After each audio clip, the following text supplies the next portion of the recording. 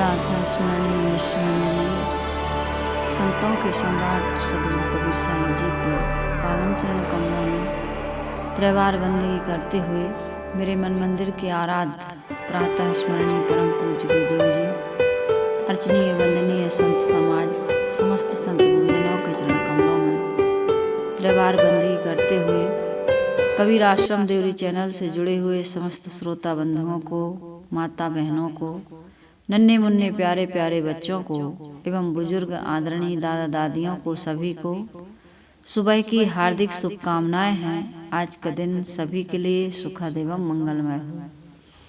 आइए सदगुरु कबीर साहिब जी का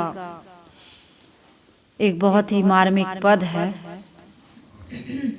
सदगुरु कबीर साहिब जी इस महान ग्रंथ रत्न बीजक में हम सबके कल्याण के लिए, हम सबके उद्धार के लिए, दुखों की निर्वृत्ति के लिए बहुत मार्मिक शब्द कह रहे हैं। साहिब इस शब्द में कहते हैं कि अपने आप को वासनाओं से मुक्त करो। वासना समझती क्या है?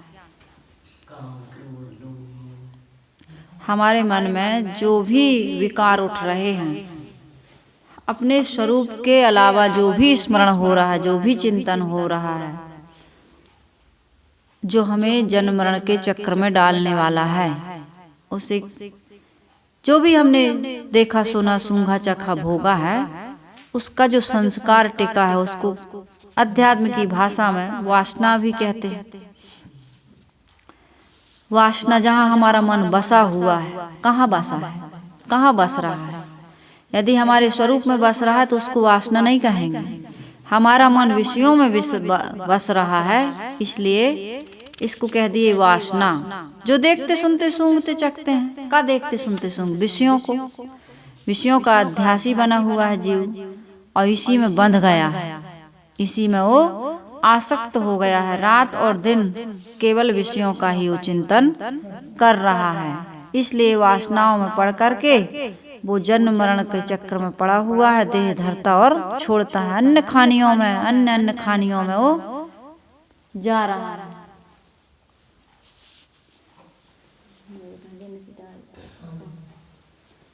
तो ये सब हो रहा है। साहेब यहाँ पर पद बहुत सुंदर पद है। इस पद को संत गुरुजनों के द्वारा मैं जब इस मार्ग में आई तो कई महापुरुषों के द्वारा मैं ये सुना करती थी, संत गुरुजनों के द्वारा, और बहुत सुंदर इस पर व्याख्या संत जन करते रहते हैं। तो आइए मैं पहले आपके बीच ये पद रखूं, इसके बाद में फिर इस पर थोड़ी सी चर्चा हम सभी लोग विस्तार से करेंगे। सदगुरु कबीर साहिब जी कह रहे हैं, बंदे करिले आप निवेरा, बंदे करिले आप निवेरा।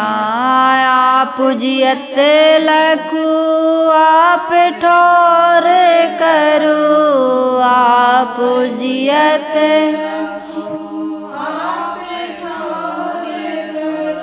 मुए कहाँ घर तेरा, बंदे करिले आप निवेरा। यह अवसर नहीं चेताहूँ प्राणी, अंत कोई नहीं तेरा। यह अवसर नहीं चेताहूँ अंत कोई नहीं तेरा। कहीं कबीर सुनो हो संतो, कहीं कबीर सुनो हो संतो। कठिन काल को घेरा, बंदे करिले आप निवेरा, बंदे करिले आप निवेरा। सदगुरु कबीर साहिब जी क्या कह रहे हैं? बंदे, सबसे शुरू में क्या कह रहे हैं? बंदे करिले आप निवेरा। निवेरा करना यानी निवेरा का अर्थ क्या होता है? छुटकारा करना। निवेरा करना यानी छुटकारा करना। यहाँ सदगुरु कबीर साहब जी कह रहे हैं कि अपना मोक्ष कर ले, यानी जन्म मरण के चक्कर से मुक्ति पाने का तू काम कर ले, क्योंकि आज इस भूमिका में तू आया है। अवसर मिला शीघ्र तू कर ले, भजन भक्ति सुख मूल, है ना। साहब ने कहा है आज काल में सब दिन बीते, आया काल नियर आया है, और अब की चूके फिर रह जाए, क्यों अभिलाष भुलाया। यदि अभी चूक गए तो फिर तुम्हें ये मानव जीवन पता नहीं कब मिले। अब की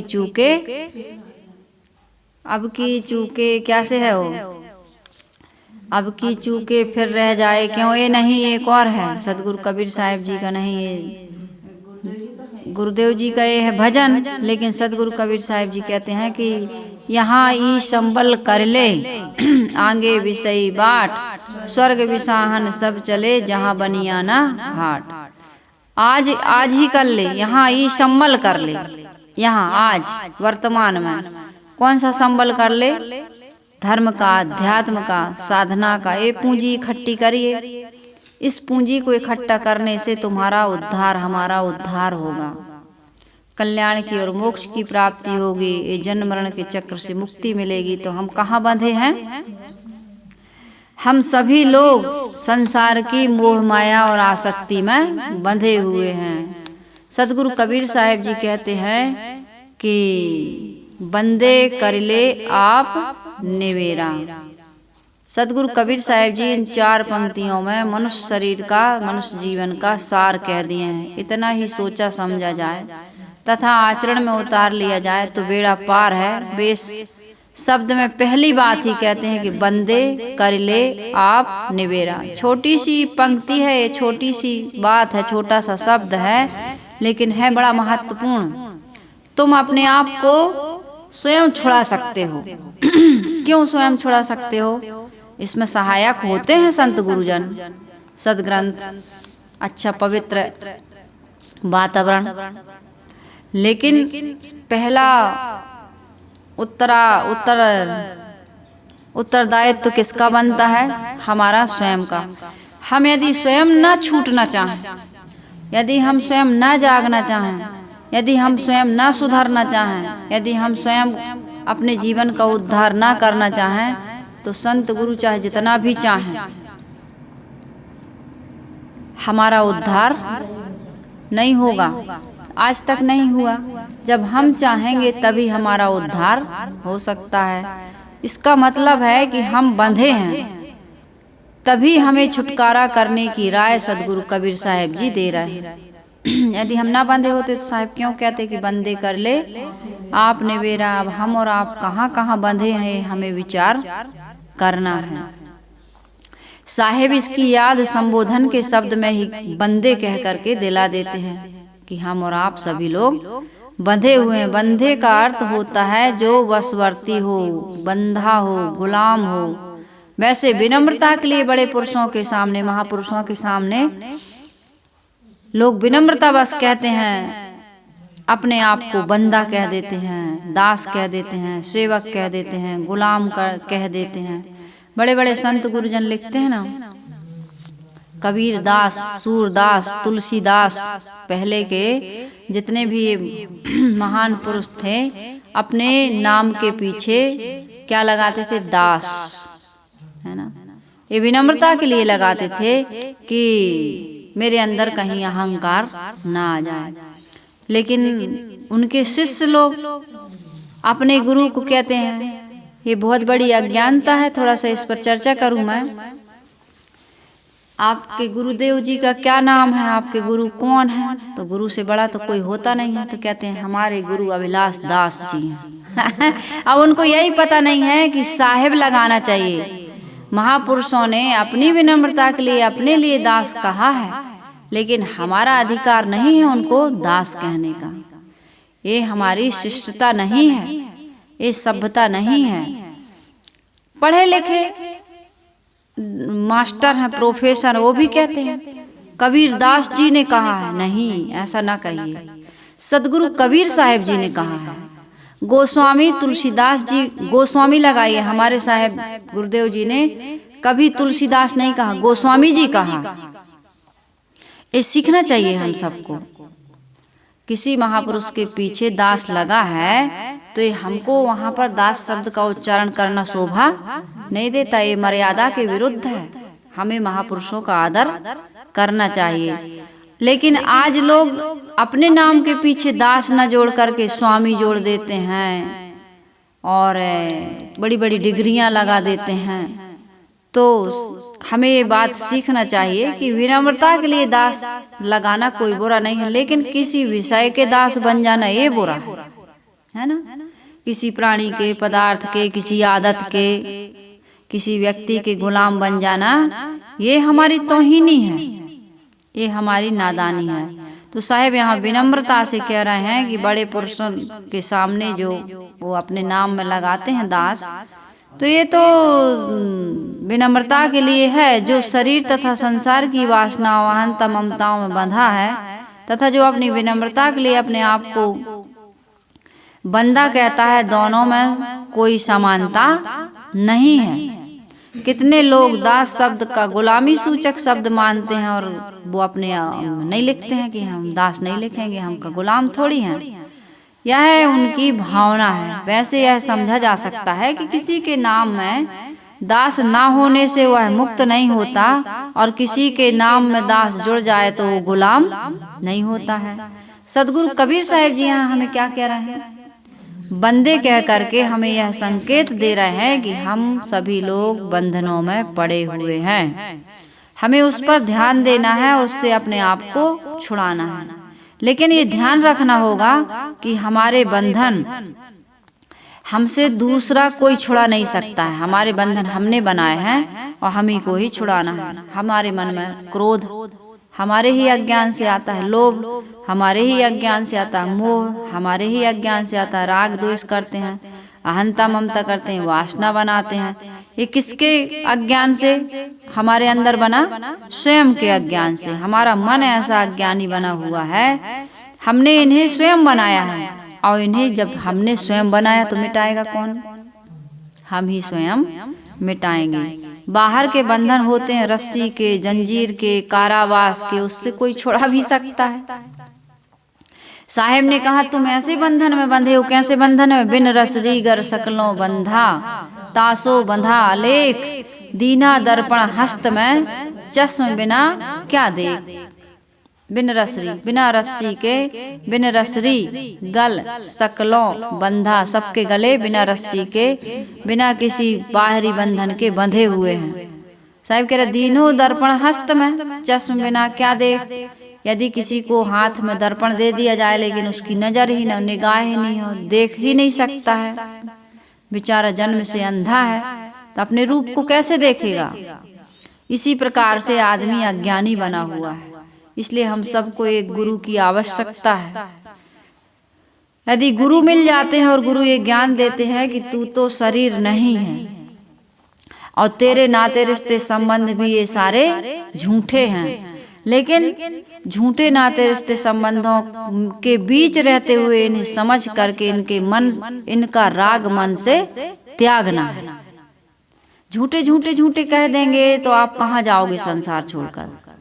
झूठ झूठा के डारहु मिथ्या यह संसार, तेही कारण मैं कहत हूँ जाते हुए उबार। जैसे हम यात्रा करते हैं, यात्रा में जाते हैं कहीं, तो यात्रियों के साथ जब हम बैठते हैं तो अपने कुछ विचार शेयर करते हैं। खाने पीने की चीज, भाई हम 2 मिनट के लिए बाथरूम जा रहे हैं, थोड़ा हमारा सामान देखना। यात्रियों के साथ हम बड़ा, मान लीजिए एक साथ यात्रा कर रहे हैं, एक साथ टूर पर गए हैं, तो उनके साथ बड़ा प्रेम का संबंध होता है, उनसे लेना देना, उनके साथ बात व्यवहार होता है। लेकिन हम ये समझते हैं कि इनके साथ हमारा स्थायी नहीं है। इसी प्रकार से इस संसार में हमें भूल जाते हैं कि जितने भी लोग हमारे साथ घर परिवार के लोग हैं, ये हमारे स्थायी साथी नहीं हैं। इसी कारण से, इसी भूल के कारण से हमारे जीवन में दुख आता है। आए हैं अकेले और जाना भी अकेला है, तो बीच में आदमी कितना मोह माया करता है। आए हो अकेले ना और जाओगे भी अकेले ही। लेकिन बीच में जब तक देखिए ताश के कहते हैं 52 पत्ते होते हैं, है ना, 52 पत्ते। और 52 पत्तों में सबसे बड़ा पत्ता कौन सा होता है? इक्का का। तो जब तक वो इक्का का पत्ता होता है तो सारे उसके नीचे के पत्ते होते हैं। यदि सारी ताश पे इक्का डाल दिया जाए तो जीत उसी की होती जिसका इक्का है। तो आदमी अकेला आया है और अकेले ही जाना है, लेकिन वो अकेला रह नहीं पाता। लेकिन जब तक अकेला रहता है तो सुबस मन वाला रहता है। यदि वो किसी की इच्छा ना करे, कामना ना करे, तो सुबस मन वाला है। अब मेरा स्वरूप कैसा है? मेरा स्वरूप कैसा है? अनमिल, असंग, अकेला, अजर हम बस से काम नहीं चलेगा। अजर हम अमर हम तो हैं ही, लेकिन स्वरूप से मैं अकेला हूँ। तो इसीलिए तो भजन बना ना, भीड़ आदमी की है, आदमी अकेला है।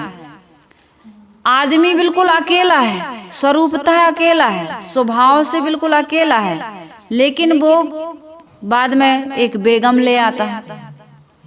अभी भी ठीक है, बादशाह है ना, इक्का से वो बादशाह बना, बादशाह उसके नीचे रहता है। ये 52 पत्तों का भी मैंने कभी खेल खेला था, थोड़ा सा जानती हूँ मैं। ये 52 पत्तों का बचपन में शौक रहता है हर चीज का आदमी का। तो कई लोगों ने मनोरंजन के लिए ऐसे कोई खेल रहा है, बैठ गए देख लिए थोड़ा सा। ऐसा नहीं वही आदत थी, नहीं तो आदमी बहुत दूर तक का सोच ले। घर परिवार में भाई लोग खेलते हैं तो देखते हैं, अपन थोड़ा बैठ गए अपन भी भाइयों के साथ। तो मुझे पता है कि इक्का के बाद होता है बादशाह, है ना। हाँ, तो इक्का से फिर वो बादशाह बनने की कोशिश करता है, दूल्हा राजा, है ना। फिर उसके बाद बेगम लाता है, और बेगम जब लाया तो उसके नीचे क्या बन गया? गुलाम बन गया, है ना। और यही गुलामी की बात सदगुरु कबीर साहिब जी कह रहे हैं।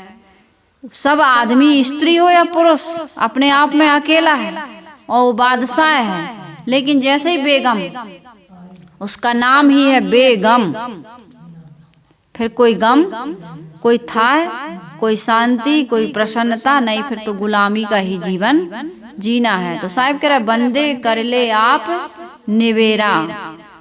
अच्छा है आपको नहीं संभाल पाए, बाल बच्चे हो गए, नाती पोता हो गए, लेकिन विचार करिए ये बाल बच्चे, नाती पोता, बहू बेटे क्या हमारे हैं? कोई भी।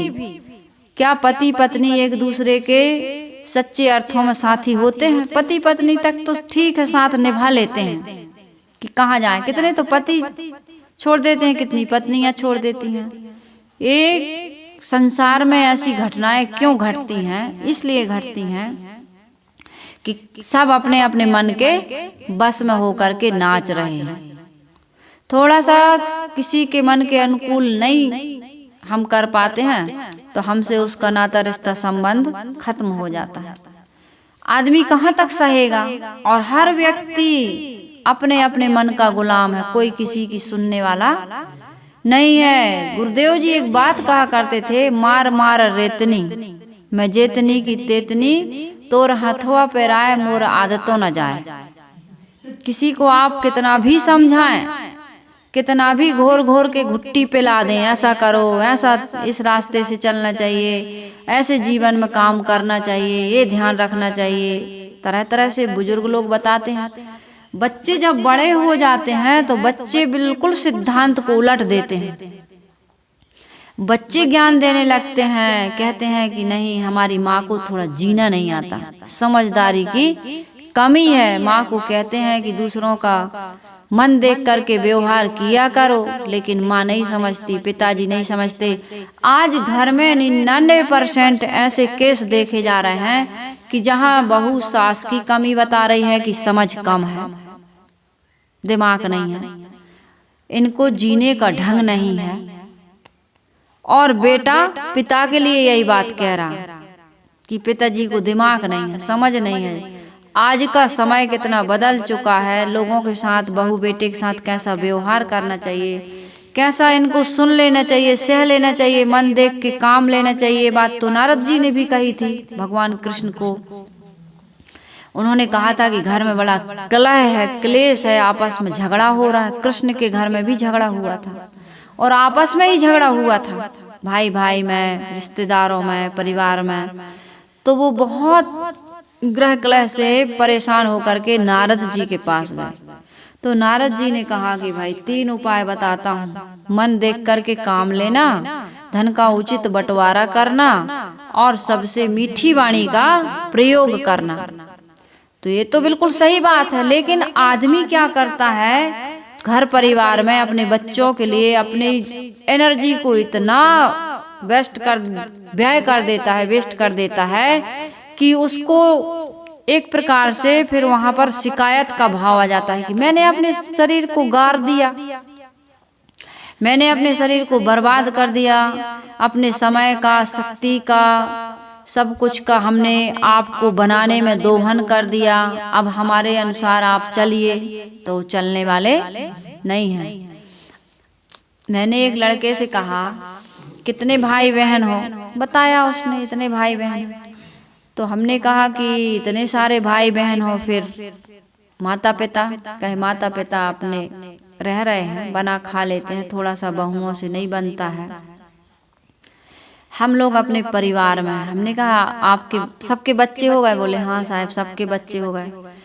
तो हम अपने परिवार में हैं? बोले हम सब अपने अपने परिवार में हैं। हमने कहा हाँ आप लोग अपने परिवार में हैं, बस माता पिता अपने परिवार में नहीं है, है ना? सोचने की बात है। बच्चे अपने परिवार के साथ हैं, अपना परिवार क्या हम 2 हमारे 2, लेकिन जिनके 4 थे, 6 थे या 3 थे या 2 थे, वो अलग है। आप अपने परिवार में, ये आपका परिवार है, विचार करिए, ये आपका परिवार है, लेकिन जिसका परिवार है अभी जिंदा है वही तो मुखिया, वही तो जड़ है, और वो आपके साथ में नहीं है। और फिर भी आप कहते हो कि हम अपने परिवार के साथ हैं। ये बड़ी लज्जा की बात है, नहीं है? माँ बाप से बढ़कर जग में कोई देव नहीं है दूजा, सब छोड़ के तीरथ बंदे, कर ले माँ बाप की पूजा सेवा। इस जन्म मरण से मरकर तुझको है मुक्ति पाना, जिसने तुझे जन्म दिया है दिल उनका नहीं दुखाना। आज उन्हीं का दिल दुखा रहे हैं हम। कहते हैं हम अपने परिवार के साथ में। कहाँ तुम परिवार के साथ में? शर्म नहीं लगती है ये कहने में?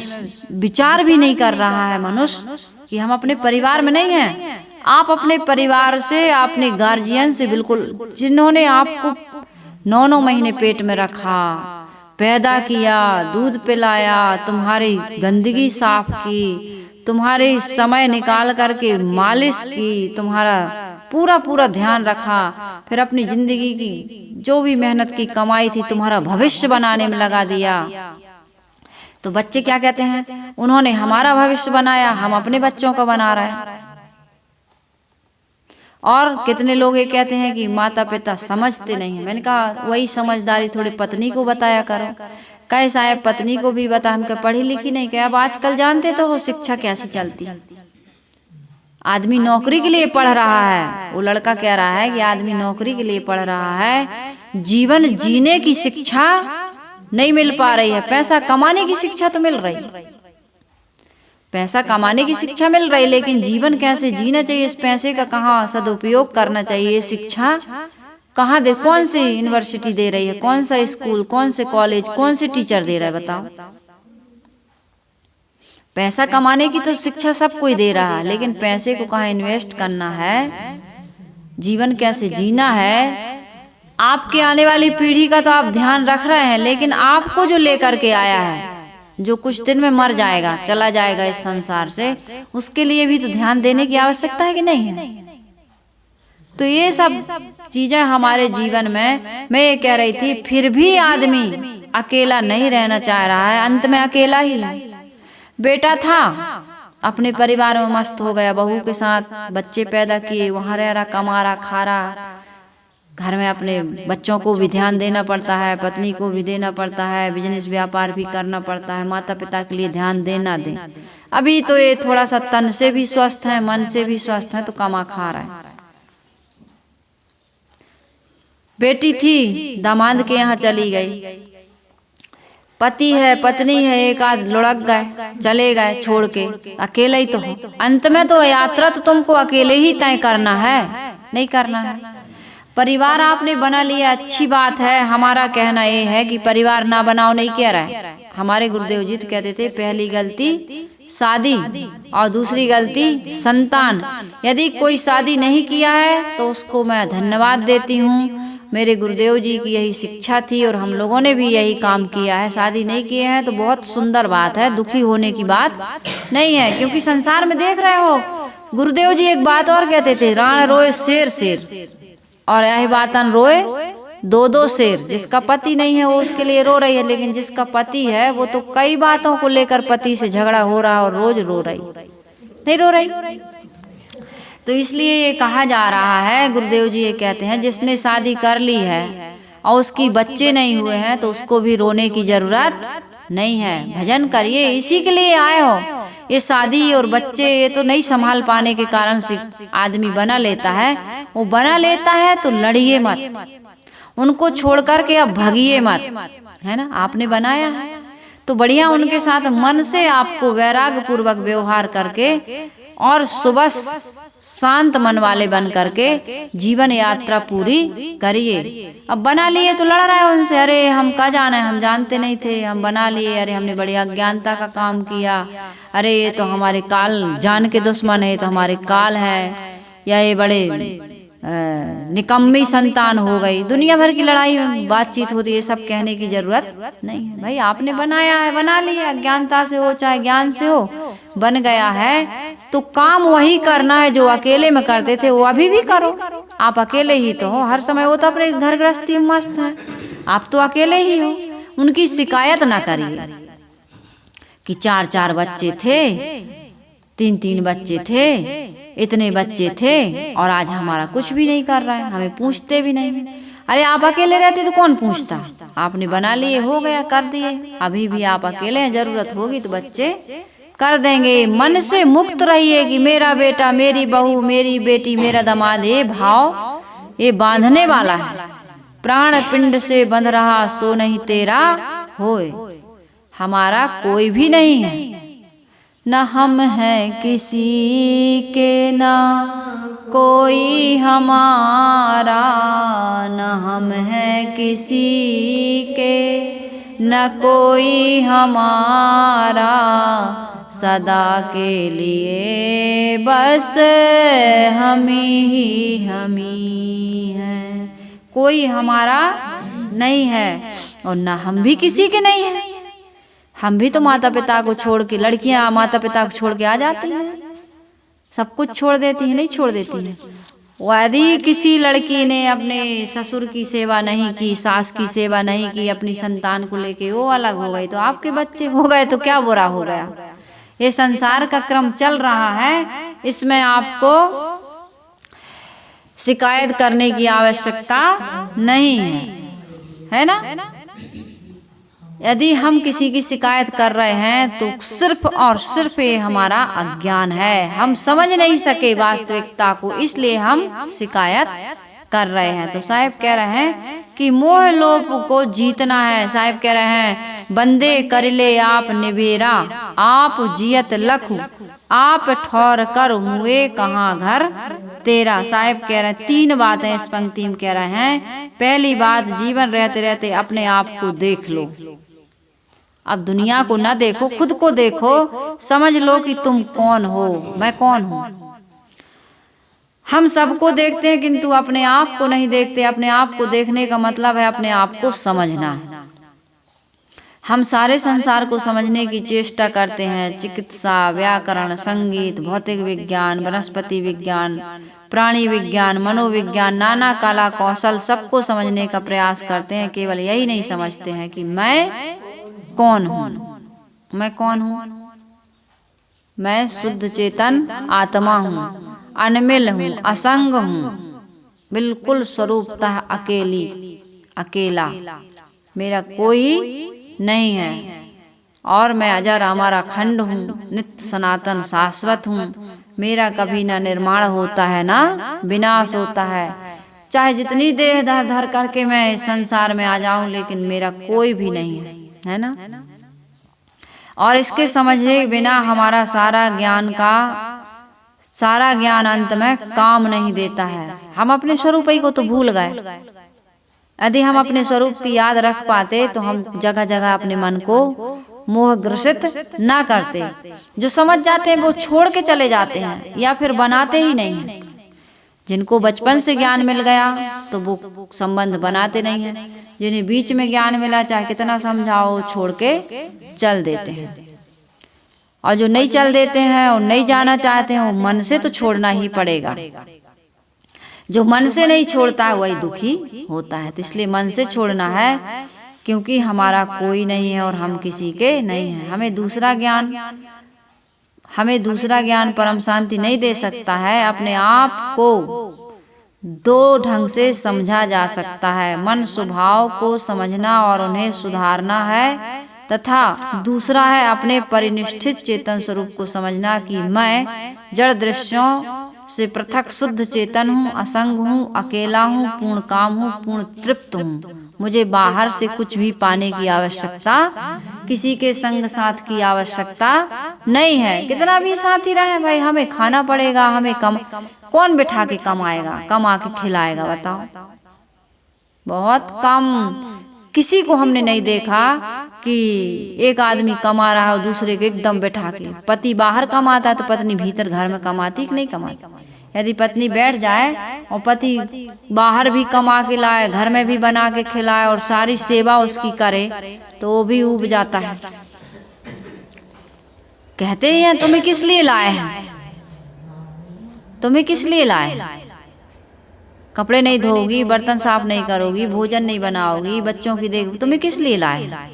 और लड़की भी कहती है, पत्नी भी कहती है शादी हमने क्यों कराई भाई, हमारी जरूरतों की पूर्ति करो।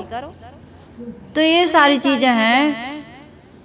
साहेब ये कह रहे हैं कि मैं असंग हूँ, अकेला हूँ, पूर्ण काम हूँ, पूर्ण तृप्त हूँ और जड़ दृश्यों से पृथक शुद्ध चेतन हूँ। ये भाव हमको इसका बोध होना चाहिए। ये तो हमारी परवस्था है। क्या परवस्था, शरीर मिल गया है, वासना। इसीलिए तो कह रहा है कि बंदे कर ले आप निवेरा। हमने वासनाओं को देखने, सुनने, सूंघने, चखने की वासनाओं को नहीं जीत पाया, इसलिए इस शरीर में आ गया। अब इस शरीर की जीवन यात्रा के लिए कुछ धन की, है ना, एक मकान की, कुछ कपड़ों की, कुछ संबंधों की जरूरत है। बिना संबंध के किसी का जीवन चल नहीं सकता है। गुरु शिष्य का संबंध होता है, गुरु भाई गुरु बहन होते हैं, भक्तों का संबंध होता है, नहीं होता है। उस ढंग से नहीं होता है, पवित्र भाव से होता है, जीवन निर्वाह की दृष्टि से होता है, लेकिन संबंध तो होता है। तो ये संबंध तो हमको लेकर के चलना ही पड़ेगा। लेकिन एक व्यक्ति ऐसा खाता है कि खाने के लिए जी रहा है और एक व्यक्ति ऐसा खाता है कि जीने के लिए खा रहा है। तो मजबूरी है संबंध लेना, मजबूरी से, बेगारी से ले। हम इसमें आसक्त हो करके, मोह ममता बना करके जो संबंध लेते हैं, ये हमारे लिए बंधन का कारण बन जाता है ना। समझ में आ रही बात। बंधन का कारण ये प्राणी और पदार्थ नहीं है, बंधन का कारण है मोह और आसक्ति। इन्हीं प्राणी और पदार्थों का सहयोग लेकर के हम आत्म कल्याण का काम भी कर सकते हैं। और लोग करते ही हैं, नहीं करते क्या। इसी संसार में, इसी धूल गर्दा में रह करके, इन्हीं प्राणी पदार्थों के साथ, इसी शरीर में रह करके संसार के महापुरुषों ने अपने कल्याण का काम किया। और संसार के लोग, संसारी लोग क्या करते हैं, इन्हीं में रीझ कर, खींच करके, ऊब करके, डूब करके, इन्हीं की शिकायत करके, लड़ झगड़ करके, राग द्वेष करके, मोह ममता बैर विरोध करके इन्हीं में मर जाते हैं, पच पच करके मर जाते हैं। तो साहिब कह रहे हैं आप ठौर करो, अपना ठौर करना, अपने लिए जगह बना लेना बहुत बड़ी बात है। जब कोई पढ़ाई, नौकरी, बिजनेस, व्यापार, खेती, काम धंधा, किसी भी प्रकार के किसी भी क्षेत्र में, फिल्म इंडस्ट्रीज में या कहीं भी पत्रकारिता में, साहित्य में, किसी भी क्षेत्र में अपनी जगह बना लेता है, अपने क्षेत्र में सफल हो जाता है, तो उसको एक सुकून मिलता है, संतोष मिलता है। परंतु जीवन की अंतिम सफलता ये तो कमाना खाना जीवन के लिए जरूरी है। कुछ बन गए, कुछ कर लिए, नौकरी मिल गई या बिजनेस व्यापार करने लगे या खेती बाड़ी करने लिए। भटकते हुए आदमी को एक मकान की आवश्यकता होती है। वो मकान खोजता है, स्थायी मकान जिससे कभी कोई निकाले ना। जमीन का पट्टा लेता है, उस पर रजिस्ट्री करवाता है, फिर बढ़िया से मकान बनाता है, उस मकान में सब व्यवस्था करता है। वो कहता है भाई अब हमने जो कमाया था उससे हमने एक प्लाट खरीदा है, फिर उस पर हमने बिल्डिंग मकान बनाया है। अब घर की सारी सुविधाओं के साधन इकट्ठे हो गए। इतना करते करते उसका जाने का समय हो जाता है। तो स्थायी मुकाम ये नहीं है। कहाँ है स्थायी मुकाम?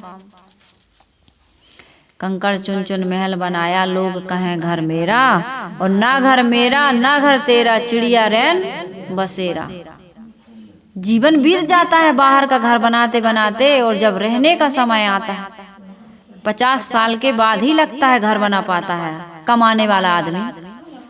30, 35, 40 के बाद ही घर बना पाता है। और बनाते बनाते व्यवस्था करते करते जो उसकी इच्छाएं थी जरूरतों की वो पूर्ति करते करते आदमी की काया डगमग डगमग डोलने लगती है।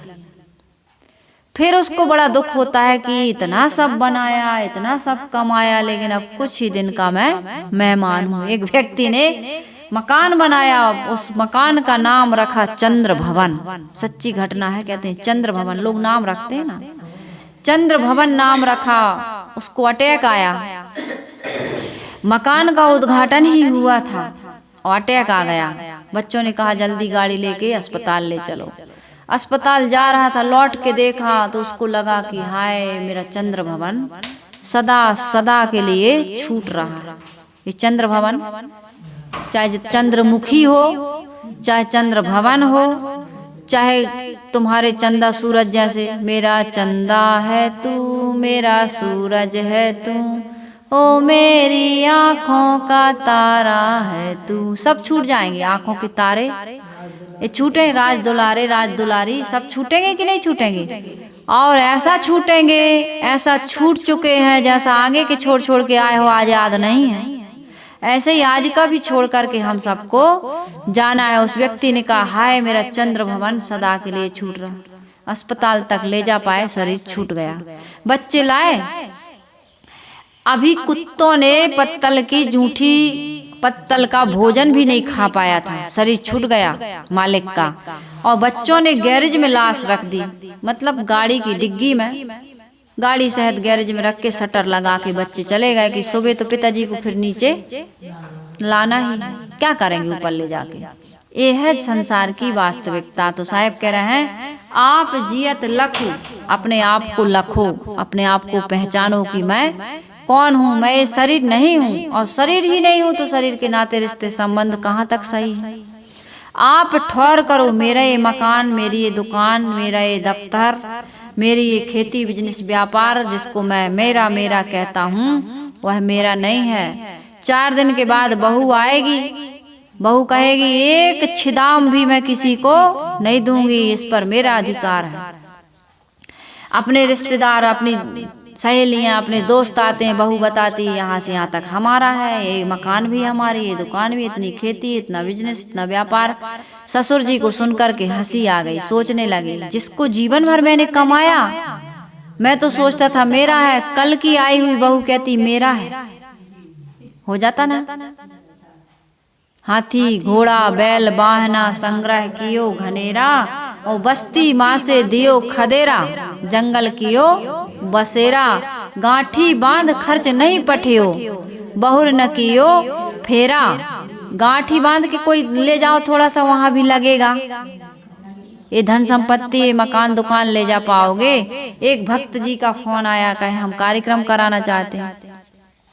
हम तो चाहते हैं कि हर महीने हमारे यहाँ संत आए, और मैं अपनी कमाई का, मैं इतना कमाता हूँ कि मैं अकेला 4 लोग 2 लोग के बराबर कमा लेता हूँ, फिर भी परिवार के लोगों को संतोष नहीं है। हमारा भाई कहता है, हमारी पत्नी कहती है, हमारा बेटा कहता है कि क्या जरूरत है, कभी 10 साल में कार्यक्रम कराया करो। 10 साल में बताओ साहब जी, 10 साल की कोई गारंटी है कि हम जीते रहेंगे? धर्म में ये लोग लात मार रहे हैं। हमने कहा भाई जीवन आपका है, आप तो हर महीने नहीं तो साल में तो जरूर करवाइए और संतों को बुलाइए। कोई भी इस कार्य में बाधा कर रहा है तो आप इस बाधे में अपने आप को, बंधन में अपने आप को रोकना नहीं। आप तो कार्यक्रम जब आप कमा सकते हो और आप में ये हुनर है कि कार्यक्रम करा सकते हो, लोगों को जोड़ सकते हो, तो कार्यक्रम कराओ। चाहे पत्नी रोके, चाहे भाई रोके, चाहे बेटा रोके, चाहे जमाना रोके, अच्छा काम है। पता नहीं हमारे इस पावन पुनीत कार्य से कितनों का उद्धार हो जाए। आज गुरुदेव जी हमको ना मिले होते तो ये जो हम शिक्षा देते हैं, उपदेश देते हैं घंटों घंटों, आज आपके सामने हम जो हम ज्ञान बांट रहे हैं, ये कहाँ से मिला हमको? ये हमारे गुरुजनों से ही मिला। यदि गुरुजन ऐसे किसी के रोकने से रुक जाते या मैं भी किसी के रोकने से रुक जाती तो समाज को ये रोशनी ना मिल पाती, मेरा ही जीवन ना जगमगाता, तो दूसरों को मैं क्या ज्ञान देती। तो इसलिए किसी के रोकने से कार्य रुकना नहीं चाहिए।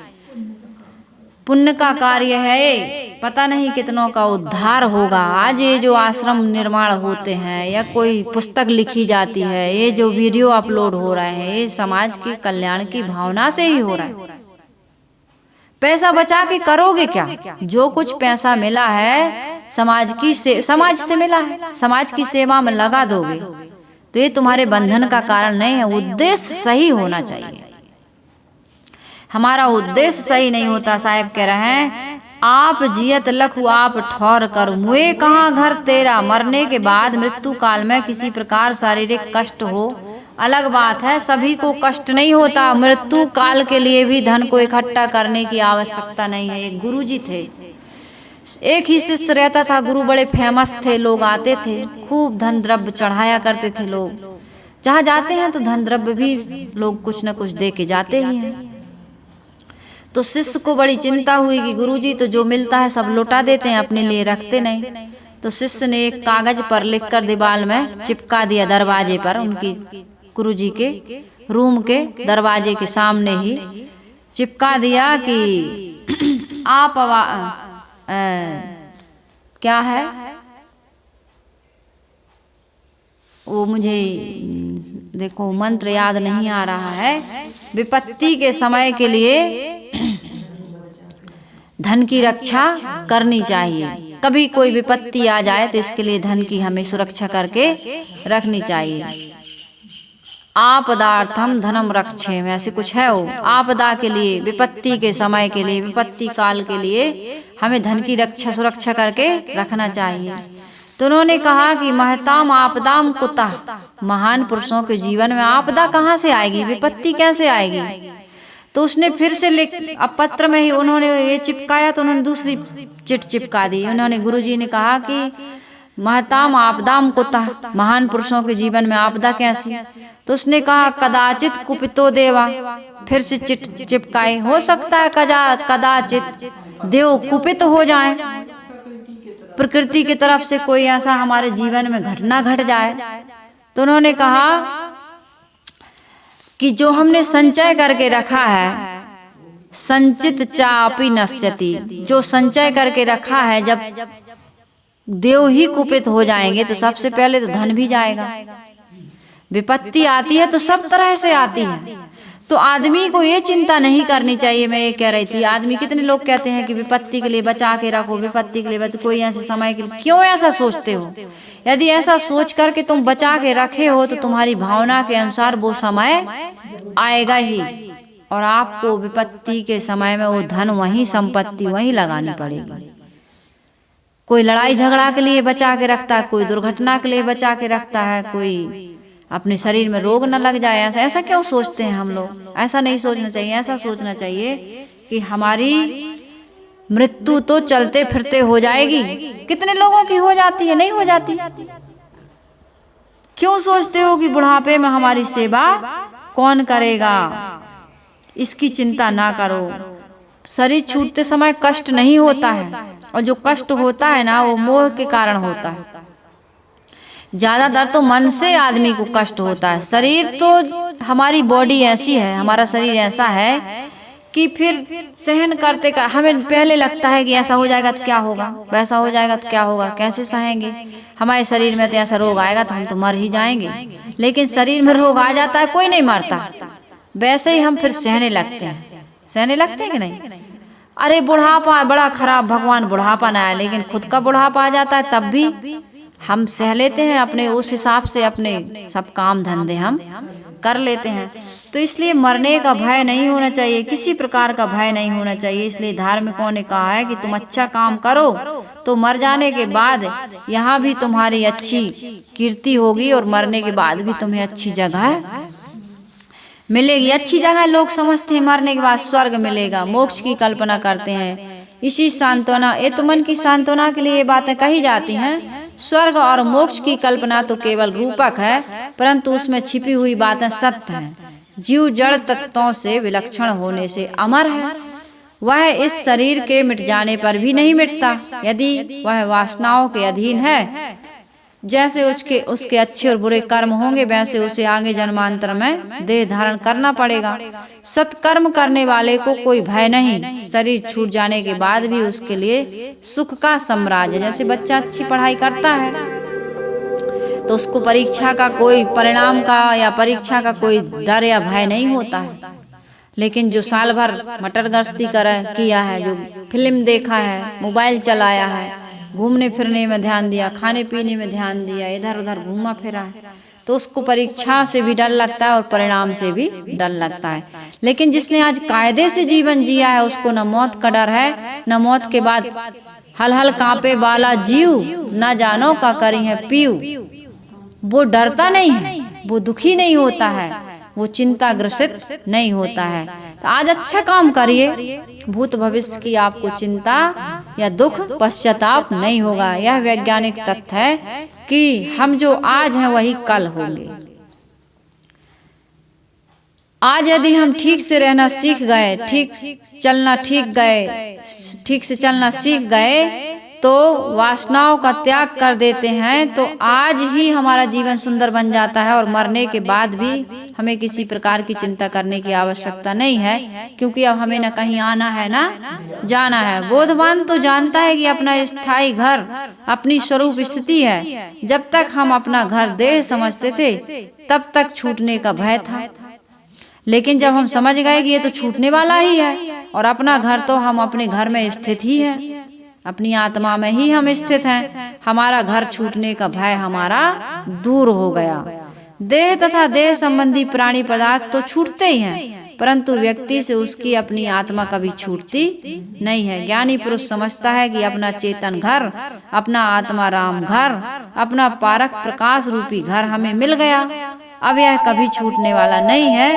अतएव साहेब कहते हैं कि मरने के बाद तुम्हारा घर कहाँ होगा, इसे समझो। कहाँ होगा? मरने के बाद और आज भी हमारा घर हमारे ही स्वरूप में है। यही मेरा घर है। मुझे किसी घर में जाने की या बाहर से किसी स्वर्ग की प्राप्ति की या किसी वैकुंठ की प्राप्ति की या किसी लोक की प्राप्ति की आवश्यकता नहीं है। मैं अपने आप में ही मस्त हूँ। इस प्रकार का जो भाव रखता है, उसका प्रलोभन, उसका भय, उसकी चिंता, उसकी फिक्र सब समाप्त हो जाती है। वो अपने अंतरात्मा में रम जाता है और शरीर आज छूटे कि कल उसको किसी प्रकार का कोई भय या चिंता नहीं सताती है। उसे भूत भविष्य की चिंता नहीं होती है। साहब अंतिम बात कह रहे हैं, अगली पंक्ति में कह रहे हैं, यह अवसर नहीं चेतऊं प्राणी अंत कोई नहीं तेरा। अंत में यदि आज नहीं चेत रहे हो तो अंत में तुम्हारा साथ कौन है? शरीर भी तुम्हारे साथ जाने वाला नहीं है। कहाँ है? जिनको अपना तुम कहते हो वो तुम्हारे अपने नहीं है। किसको अपना कहता है, यहाँ कोई ना अपना है। यह माया नगरी है, जीवन एक सपना है। छाया न साथ देगी, हर चीज जुदा होगी। अर्थी ये तेरी जिस दिन दुनिया से विदा होगी। कुछ अलग समा होगा, कुछ अलग फिजा होगी। अरे थी ये तेरी जिस दिन दुनिया से विदा होगी। इसलिए साहिब कह रहे आज अवसर है, उस समय तू कुछ भी, अंत समय में कुछ भी नहीं कर पाएगा। इसलिए चेत जा, आज हमारे लिए जो समय मिला है सुनहला अवसर है। किसके लिए? साधना के लिए। स्वस्थ शरीर मिला है, अच्छी साधु संतों की संगत मिली है, अच्छे साहित्य मिले हैं। आज मोबाइल में अच्छे अच्छे विचार हम सुन सकते हैं। पथ प्रदर्शक मिले हैं, शरण रक्षक गुरु मिले हैं। समझ भी अच्छी है, लगभग अच्छी ही है। अब हमें सावधान हो जाना चाहिए, अपने स्वरूप की पहचान कर लेनी चाहिए और सारी जड़ वासनाओं को छोड़कर अपने आप में स्थित हो जाना चाहिए। संसार के जितने भी भोग और प्राणी पदार्थ हैं ये भय मिश्रित हैं। देह गेह प्राणी पदार्थ पद प्रतिष्ठा आदि दृश्य जगत से हमारी जो अहंता ममता है, वासना हमने बना रखी, यही हमारे जीवन में भय का, शोक का, दुख का कारण है। यदि इनको त्याग देते हैं तो हमारे जीवन में किसी प्रकार का कोई दुख नहीं रह जाएगा। अंत में साहिब कह रहे हैं, कहीं कबीर सुनो हो संतो कठिन काल को घेरा। सतगुरु कबीर साहिब जी कह रहे हैं, संतो सुनो, काल का घेरा बड़ा कठिन है। काल के दो अर्थ, एक तो मौत और दूसरा है अज्ञान। अज्ञान ही ज्यादा दुख देता है, मौत दुख नहीं देती है। जिनको ज्ञान हो जाता है वे कहते हैं, जेहि मरने से जग डरे मेरे मन आनंद। कब मरी हो कब पाई हो पूर्ण परमानंद। मर जाएंगे तो पूर्ण परम आनंद की प्राप्ति हो जाएगी। ये शरीर को नहलाना धुलाना खिलाना पिलाना, इसकी रोग औषधि गैस बन रही है, हाँ घुटना में दर्द है, कमर पीठ में बड़ा दर्द है, बड़ी समस्याएं हैं। यह देह महादुख रूप सदा, गुरुदेव जी ने कहा है वैराग संजीवनी में, तो देह के सारे दुख दूर। मन भारा तन भार है भारा, जे संबंध मन का भार। मन में पता नहीं कितने प्रकार के विचार आते रहते हैं जो हमें भटका देते हैं। मन का भार, तन का भार, तन में भूख प्यास ठंडी गर्मी रोग व्याधि अनेक प्रकार का लगा हुआ है, तो तन का भी भार है, संबंध का भी भार है। सामने वाले का मन रखो, मन देख करके काम लो। गलती कर दे तब भी कुछ कहो मत, कहोगे तो अभी लड़ाई झगड़ा हो जाएगा। जितना कर रहा उतना ही नहीं करेगा। ये सब परेशानी है ना। कैसे भी लोगों को सहना है और बड़ी समस्या है संबंध में, रोज सहना, हर क्षण सहना। ऐसा नहीं कि आज समझा दिए तो 2-4 दिन चल जाए वो व्यक्ति, नहीं, अभी समझाए अभी जो कहते हो, ऐसा है। हाँ, तब तो गुरुजी कहते मार मार रेतनी में। एक बहुत कम मनुष्य होंगे कि जिनको समझा दो तो समझ जाए या कुछ दिन ही चल जाए।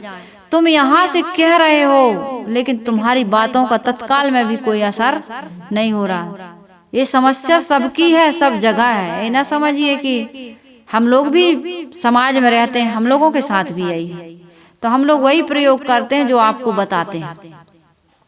हमारे साथी बाराती भी ऐसे ही हैं, हमारे साथ में रहने वाले भी ऐसे ही हैं। नहीं सहेंगे, अपने आप को नहीं संभाल करके रखेंगे तो हम लोगों की भी रोज लड़ाई झगड़ा होगी। क्योंकि हम भी अकेले थोड़ी हैं, हम भी 4 और 14 और 40 तक 400 तक रहते हैं, नहीं रहते हैं। समाज में जहाँ भी प्राणियों का संबंध होगा, गुरुदेव जी एक बात और कहा करते थे, क्या कहते थे, 1000 पशुओं को पाल लो, कोई समस्या नहीं है। चारा दे दो, भूसा दे दो, पानी दे दो, खूंटे पे बांध दो, जीवन भर बड़े आराम से आप उनके साथ रह सकते हैं।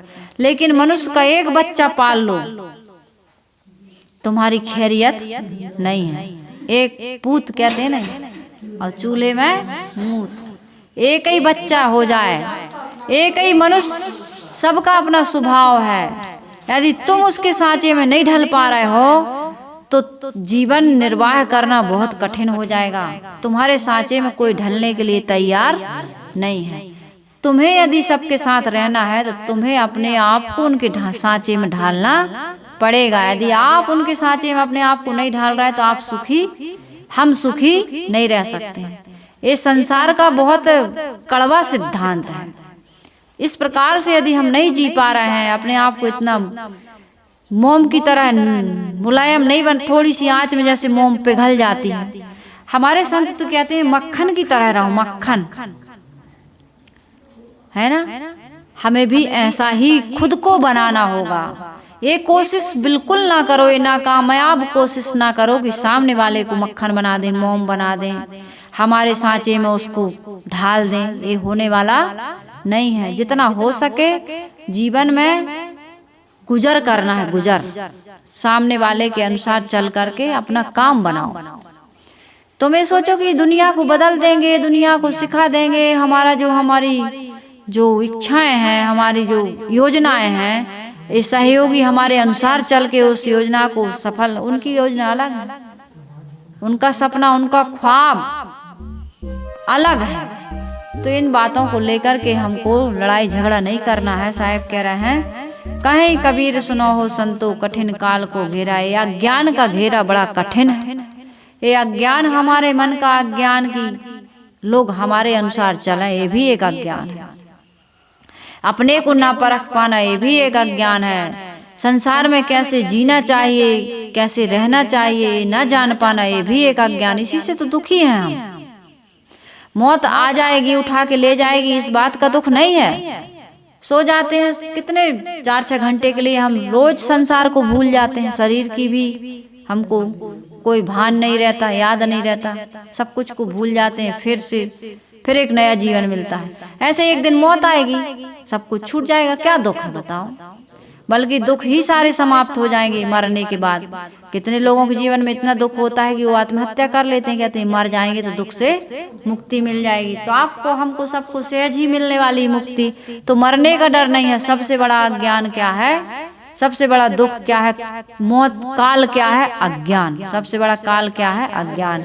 इस अज्ञान को हम यदि दूर कर लें, अपने अपने अज्ञान को, इसके लिए खुद को समझना है और सामने वाले को समझना है, दुनिया के नियम को समझना है, तभी हम अच्छे से जीवन, शिकायत रहित जीवन जी सकते हैं, पश्चाताप रहित जीवन जी सकते हैं, और फिर से जन्म लेकर के रोना हमको नहीं पड़ेगा। तो साहिब कह रहे हैं कि इस प्रकार से जीवन जिए बंदे कर ले आप निवेरा। आप जियत लखु आप ठौर कर मुए कहाँ घर तेरा। हे बंधमान जीव, तू अपने आप का स्वयं छुटकारा कर, क्योंकि बंधन तूने स्वयं बनाए हैं। जीव रहते ही अपने आप को समझ कि मैं कौन हूँ। मर जाने के बाद कैसे जानोगे कि मैं कौन हूँ। अपने आप की परख कर और अपने आप में स्थित हो जा। तू इसे समझ कि शरीर ना रहने पर तेरा निवास कहाँ होगा। मरोगे एक दिन, तो जहाँ ये घर बनाया है पक्का पक्का बन रहे अब सब कहीं, ये पक्का घर तुम्हारा स्थायी मुकाम नहीं है, ये तो दूसरे का है। हे मनुष्य, यदि तू इस सुनहले समय में सावधान नहीं हुआ, नहीं समझ पाया, तो अंत में तेरा साथी कोई नहीं होगा। कबीर साहब कहते हैं, हे संतो सुनो, काल का आक्रमण बड़ा जबरदस्त है। ये अज्ञान की नींद, या निशा